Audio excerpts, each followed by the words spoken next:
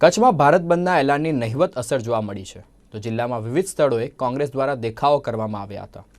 Police દ્વારા કાર્યકર્તાઓની ધરપકડ કરવામાં આવી હતી તો પોલીસે ભારત બંધના એલાનને નિષ્ફળ બનાવવાના પ્રયાસો કર્યા હતા। તો ભુજમાં વાણિયાવાડ પાસે વિરોધ કરતા કોંગ્રેસી નેતાઓની પોલીસે અટકાયત કરી હતી। તો ભજોડી પાસે જિલ્લા પ્રમુખ દ્વારા ટાયરો સળગાવી ચક્કાજામના કાર્યક્રમ રખાયો હતો, પરંતુ પોલીસ તરફ જ અટકાયત કરી હતી અને ભુજના એપીએમસીમાં પણ કોંગ્રેસી નેતાઓ ગયા હતા, જ્યાં પણ ગણતરીની મિનિટોમાં જ તેમની ધરપકડ કરી લેવાઈ હતી।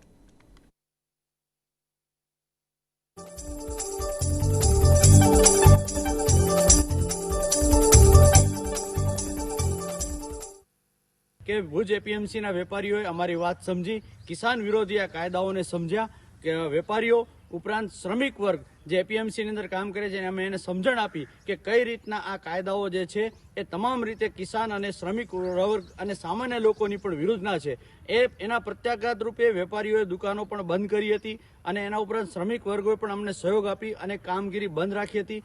ત્યારે જ આ ભુજ કચ્છ જિલ્લાની પોલીસ ત્યાં પહોંચી આવી હતી અને ખૂબ જ દમનકારી રીતે અમે બે આગેવાનો જ જઈને શાંતિપૂર્વક વિનંતીપૂર્વક સમજાવતા હતા, છતાં પણ પોલીસે આવી અને અમારી ધરપકડ કરી। અમાનવીય રીતે અમને અહીંયા પોલીસ હેડક્વાર્ટરે લઈ આવ્યા છે અને એ દુકાનોને જે છે વેપારીઓને એને ધમકાવીને પોલીસે દુકાનો ખોલાવડાવી। આ જે છે કાયદા એ પોલીસને પણ અમારે કહેવું છે કે માત્ર સરકારના પાછળ ચાલવા કરતાં આ સામાન્ય જનતાના વિરુદ્ધના કાયદાઓ છે એની સમજણ લોકોને અમે આપતા હતા, ત્યારે અમને ખોટી રીતના પકડી અને આ પોલીસ હેડક્વાર્ટર લઈ આવ્યા છે। અમે એ તમામ બનાવોને વખોડીએ છીએ।